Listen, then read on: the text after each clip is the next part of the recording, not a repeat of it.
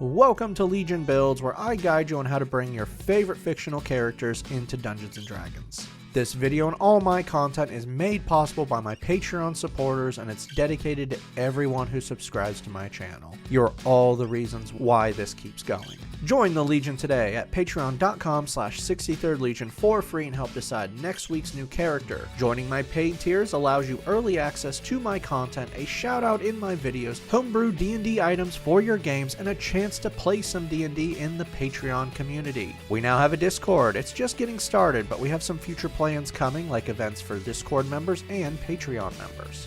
It's back into the fog for another Dead by Daylight character with the Hag. Leisha Sherwood grew up living the quiet life amongst a community mostly isolated from the rest of the world. At some point, Lisa discovered magical symbols in a book that could grant her protection and luck, as well as some others that scared her. One night while she was caught in a storm, Lisa was captured by a group of evil men. For days, Lisa was held in the darkness. She was tortured and her flesh was slowly consumed by them. In her final moments, she used all of her strength to escape her bindings, and with her last breath drew a magic symbol with her own blood. This symbol was one her grandmother warned her never to use, for it was evil. As she finished the symbol, she cried out for revenge, and something happened. A hunger grew within Lisa, the hunger for blood, and with this hunger came new life. Sometime later, her village, who never gave up hope of finding her, found the cabin where she was held, but Lisa wasn't there. All they found were her torturers, ripped apart and eaten by some monster. Lisa had been given new life by the entity and forced to play in his game. She was now the Hag. In her new form, the Hag is a twisted creature who uses her gnarled and hastily bound claws to rip into her victims before feeding on them. Though she has lost all of her humanity, the Hag still has full understanding of her magic. With this magic, the Hag can set traps that allow her to teleport to survivors, create duplicates of herself, and she can even curse those around her with this magic, weakening them and turning the tide in her favor. For today's build, we'll be using the Player's Handbook, Xanathar's Guide to Everything, and Van Richten's Guide to Ravenloft. We're using standard point array to keep things simple, and we are not multi-classing. Make Intelligence 15, Charisma 14, Wisdom 13, Dex 12, Con 10, and we're going to be dumping Strength with an 8. Strength is not important for this build, and your body is completely mangled. Lisa was reborn into the Hag, a bloodthirsty creature full of hatred. Damn Fear, found in Van Richten's, makes you able to eat people. Damn, do I make some interesting characters for this channel. Spider Climb gives you a climbing speed equal to your walking speed, which is 35 feet. Ancestral Legacy grants you 2 skills from your previous life. Take Arcana and Nature. Deathless Nature means you don't breathe. Dark Vision lets you see in darkness out to 60 feet. Vampiric Bite makes your teeth count as simple melee weapons you are proficient with. When you make an attack with them, you can use your con for the attack and damage, and you will deal 1d4 piercing damage. If you are below half health, this bite attack is at advantage, and if the target of your bite is an undead or a construct, you can empower it. When you do this, you choose one of 2 effects. You can regain HP equal to the bite damage, or gain a bonus to the next attack roll or skill check equal to the damage. You can empower the bite a number of times equal to your proficiency bonus between long rests. To finish out your lineage, you know the language Common and 2 more of your choice. For background, place +2 into Charisma and +1 into Intelligence. For your origin feat, Lucky turns fate in your favor. You have a total number of luck points equal to your proficiency bonus between long rests. When you make an attack roll, skill check, or saving throw, you can spend 1 luck point to give yourself advantage on the test. You can also spend 1 luck point when a creature attacks you to give them disadvantage on the attack. 4 skills take Stealth and Perception. To finish all this out, give yourself proficiency in a toolset of your choice, maybe paint your supplies to paint your symbols. Level 1 Warlocks begin with 2 skills, grab Intimidation and Investigation. You are proficient in simple melee weapons, light armor, and the saving throws Wisdom and Charisma. Eldritch Invocations are gifts from your patron that augment your abilities or grant you new ones. For your first invocation, Armor of Shadows lets you cast Mage Armor without a spell slot. This gives you an AC of 13 plus your Dex modifier for 8 hours when not wearing armor. Pact Magic makes you a fake spellcaster that has limited spell slots, but those spell slots come back after a short or long rest. Charisma is your spellcasting modifier, and your spell slots will be upgraded to higher levels. You start off with 2 cantrips and 2 first level spells. For your spells, Chill Touch gives you your Claw. You make a melee spell attack that deals 1d10 necrotic damage on a hit, and they cannot regain HP until the end of your next turn. Minor Illusion creates an illusion that can be a sound or image that lasts for 1 minute. If this is an image, it must fit within a 5-foot cube and is silent. Hex curses one creature within 90 feet of you with a bonus action. For the next 1 hour while you maintain this spell, each time you hit the cursed creature, you will deal an extra 1d6 necrotic damage. And when you cast this spell, you choose a skill, and now they have disadvantage on that skill. If they die before the spell ends, you can use your bonus action to transfer the curse to another creature within 90 feet. Cause Fear, found in Xanathars, targets one creature within 60 feet and forces a wisdom save. Should they fail, they are frightened of you for 1 minute while you maintain this spell. A frightened creature can't willingly move towards what is causing the condition and has disadvantage on all skill checks and attack rolls while within line of sight of what is scaring them. The creature can retake the save at the end of each of its turns, ending the spell on a success. Level 2 Warlocks gain Magical Cunning. You now can regain half your total spell slots after 1 minute, but you only have 2 to begin with, so just 1. But that's good if you need it back. You can do this once per long rest. You also gain 2 more invocations. For these invocations, Pact of the Blade will give you another form of your claw. Trust me, it's good to have 2 with this build. With a bonus action, you magically summon a weapon to you that can be anything and you are proficient with it. When you summon it, you choose its damage type from Radiant, Psychic, or Necrotic. Necrotic. This new claw uses your charisma modifier for attack and damage and is your spellcasting focus. Pact of the Tome gives you a book that contains 3 cantrips and 2 first level spells with the ritual tag. These can be from any list, but you can't already have them prepared. They count as warlock spells, and the book acts as a spellcasting focus for you. For these spells, Guidance lets you imbue a touch of luck into a willing creature you touch, including yourself, and for 1 minute while you maintain this spell, you can add 1d4 to any skill check. Blade Ward grants you a measure of protection. For 1 minute while you maintain this spell, any creature that attacks you must subtract 1d4 from the attack. Alarm allows you to place a protected ward that creates a sensor that is a 20-foot cube. When you cast this, you choose who can pass through it, and for the next 8 hours, if any other creature passes through the sensor, you automatically know. Even if you are 1 mile away or asleep, you will know. Detect Magic allows you to sense magical energy for 10 minutes while you maintain this spell. If you are within 30 feet of a magical effect, you will sense it, and with an action, you will know what school of magic it's from. For your new spell, Armor of Agathes wards you against damage by giving you 5 temporary HP, and for 1 hour, if a creature hits you with a melee attack, the creature takes 5 cold damage. This spell ends early if you no longer have the temp HP, and if you upcast this, you gain +5 to your temp HP and +5 to the cold damage. Level 3 Warlocks now have access to their subclass. Hexblade from Xanathars is going to help with curses. Hexblade's curse lets you curse a creature within 30 feet of you with a bonus action. For 1 minute, you gain special features to the attacks when attacking the cursed creature. You now crit on 19 or 20, you will deal bonus damage equal to your proficiency bonus, and when the cursed creature dies, you regain HP equal to your Warlock level plus charisma modifier. You curse a creature once per short or long rest. Hex Warrior gives you proficiency in shields, medium armor, and all weapons, and then a bunch of stuff that is pointless in the new edition, as you already do it. You also have expanded spell lists, but you should talk to your DM about this. The whole reason for taking this subclass is for the cursing abilities, but you do get some pretty good spells, so talk to them to see if you automatically get them or they're just added to your list. Your spell slots are now upgraded to 2nd level. For your new spell, Misty Step is a 30-foot teleportation with a bonus action. Remember, you can't cast more than 1 spell a turn, which is why you have Pact of the Blade and Chill Touch for your claw. Your character level 3, and now your spider climb is upgraded, now allowing you to climb any surface without using your hands. Level 4 Warlocks earn our first ability score improvement, bump up charisma for more spell attack and DC. For your new spell, Bane curses up to 3 creatures within 30 feet by forcing a charisma save. If they fail for the next 1 minute while you maintain this spell, they must subtract 1d4 from all saving throws and attacks. You get a new cantrip here, have fun choosing. Level 5 Warlocks receive more invocations. For these new invocations, Agonizing Blast adds your Charisma modifier to a Warlock cantrip that deals damage, which you currently only have one, so Chill Touch it is, which is really good. Eldritch Mind gives you advantage on con saves made to maintain spells. You also receive another upgrade to your spell slots, bringing them up to 3rd level. For your new spell, Fear unleashes a 30-foot cone and forces every creature within the cone to make a wisdom save. If they fail, they become frightened of you for 1 minute while you maintain the spell. A creature frightened by this spell must drop whatever they are holding and must now use their action to dash away from you. They can only retake the save after they break line of sight from you. You're now character level 5, bring your proficiency bonus up to +3. Chill Touch now does 2d10 necrotic damage.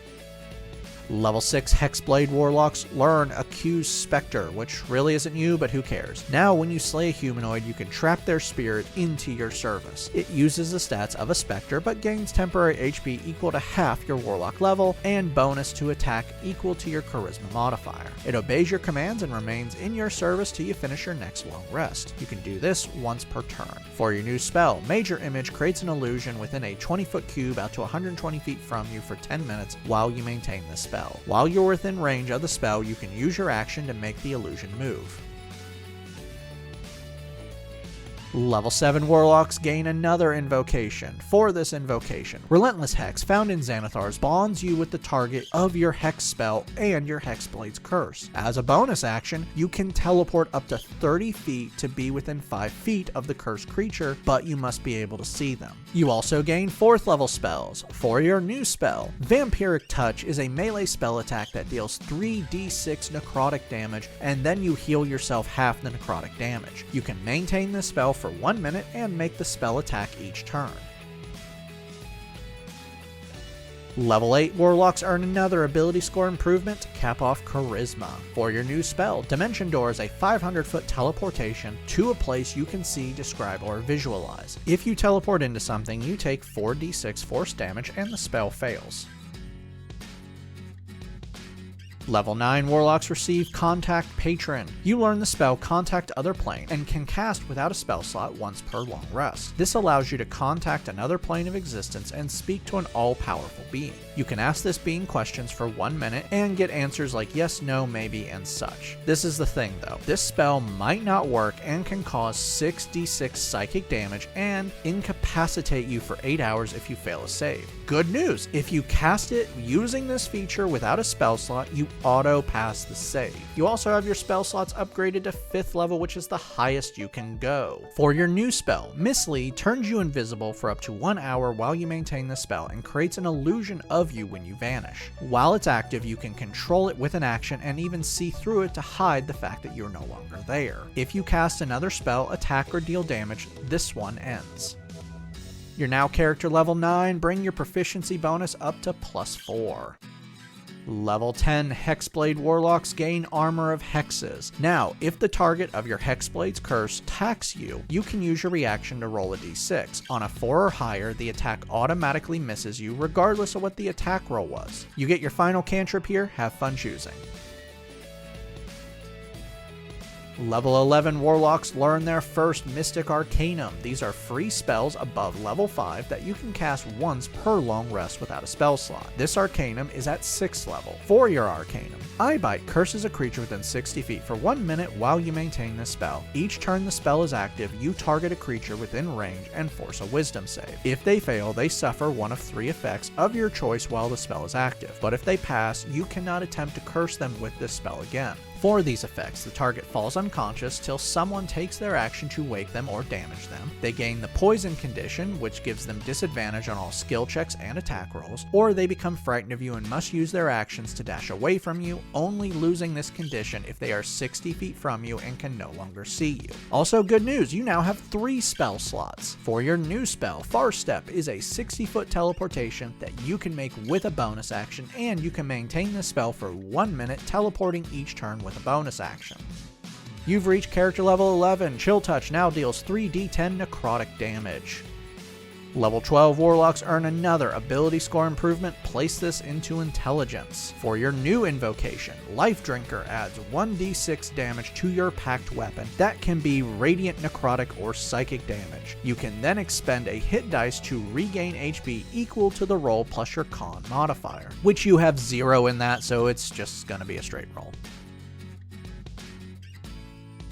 Level 13 Warlocks get another Mystic Arcanum, now at 7th level. For this Arcanum, Power Word Pain curses a creature within 60 feet of you. If the target has 100 HP or less, their body is subjected to crippling pain. While cursed like this, the speed can never be higher than 10 feet. They have disadvantage on attacks, skill checks, and saving throws other than con. If they attempt to cast a spell, they must make a con save, wasting the spell if they fail. At the end of each of their turns, they can make a con save, ending the curse if they pass the save. A creature that is immune to being charmed is unaffected by this spell. For your new spell, Remove Curse allows you to stop a curse affecting a creature or object and will break attunement to a cursed item. Your character level 13, bump up your proficiency bonus to +4. Level 14 Hexblade Warlocks receive their final subclass feature, Master of Hexes. Now when the creature affected by your Hexblade's curse dies, you can move the curse to another creature within 30 feet as long as you aren't incapacitated. If you do this though, you don't regain HP from the original target of your curse. Level 15 Warlocks gain another Mystic Arcanum, now at 8th level. For this Arcanum, Befuddlement curses a creature, breaking their mind. Targeting a creature within 150 feet, you force an Intelligence save. If they fail, they take 10d12 psychic damage, can't cast spells, and they can't use the magic action. After 30 days, that's right, 30 days, they can retake the save, ending the effects on a success. If they fail again, they will have to wait another 30 days. This can only be ended without a save by using the spells Greater Restoration, Heal, or Wish. You also gain a new invocation. For this invocation, Maddening Hex makes the target of your Hexblade's curse or the spell Hex really unhappy. As a bonus action, you deal psychic damage to the cursed creature and everyone within 5 feet of them. This damage equals your charisma modifier, and you must be able to see the cursed creature and they must be within 30 feet of you. For your new spell, Hellish Rebuke is a curse that you make with a reaction. When you take damage from a creature within 60 feet of you, forcing a dex save on the creature that hit you, they take 2d10 fire damage on a failure. Well, not really. You cause the spell to deal 6d10 fire damage because of how high your spell slots are. Level 16 Warlocks earn another ability score improvement. Let's bump up dex for better AC. Level 17 Warlocks now get their final Mystic Arcanum at 9th level. I'd give you one, but none really work for the theme and lore we're going with, so you decide. But may I suggest the truly awesome Power Word Kill or True Polymorph to make this build really interesting? It's up to you, but I'd actually go with Power Word Kill. For your new spell, take what you want because we're actually pretty good. Like, we don't need any more. Oh, and to finish out this level, you now have 4 spell slots, so that's pretty good. You've hit the final milestone, character level 17, max out your proficiency bonus at +6, and Chill Touch now deals 4d10 necrotic damage. Level 18 Warlocks receive their final invocation. For this invocation, Eldritch Smite allows you to add damage to your packed weapon by burning a spell slot, equaling 1d8 force damage per spell slot level, which is 5d8 for you, and knocking the target prone if they are a size large or smaller. Level 19 Warlocks earn an Epic Boon. You now have access to all feats, including Epic Boon feats. For this boon, Boon of Dimensional Travel increases your wisdom by 1 and then allows you to teleport 30 feet after attacking a creature or using the magic action. For your final spell, take what you want. Our final level is level 20 Warlock, and now you are an Eldritch Master. Now Magical Cunning recovers all spell slots after 1 minute between long rests. Now that we've hit level 20, let's recap. Your stats are Strength 8, Dex 14, Con 10, Intelligence 18, Wisdom 14, Charisma 20. Let's dive in. your claw is deadly. Using Chill Touch, you're dealing 4d10 plus 5 necrotic damage, while using your packed weapon, which we'll say we're using a scimitar for the slashing damage, you're dealing 1d6 plus 5 necrotic damage plus 5d8 force damage. These of course aren't including Hex or your Hexblade's curse. Speaking of curses, you will be very annoying to fight against. You can cause skill checks to be at disadvantage, cause attacks against you to lose 1d4 from their roll, make enemy attacks have disadvantage, stop them from casting spells, cause damage to someone who hits you, create duplicates of yourself with illusions, make people run away, knock people prone, cause random psychic damage, slow them down, can boost your skill checks, and can cause unbearable pain. Finally, you can get around with no problem with multiple forms of teleportation. Downside. Firstly, you have a lot of concentration spells, and on top of that, very limited spell slots. The concentration spells is standard for a spellcaster, while the spell slots is just standard for Warlock. You are slow on the attack with only one attack per turn, so good thing you deal massive damage in a single hit, but you also need time and resources to maximize your damage. Hex and Hexblade's Curse can be stacked, but both are bonus actions. If you use any concentration spells, Hex is out, and of course, Eldritch Smite requires spell slots. Finally, you don't want to get hit. Your AC is 15 and your total health, taking the average, is just over 100. Like literally just over 100. Time to hunt for your next meal and scare the hell out of your prey. I'd like to give a special shout out to my Artificer tier. Thank you, John Martin, Christopher R. Hunter, Java Squirrel, Jonathan Haynes, and Daniel Saftler. You guys rock. Make sure to like and subscribe to not miss a single new build each week on YouTube and Spotify. And make sure to check out my Patreon where you can help decide next week's new character.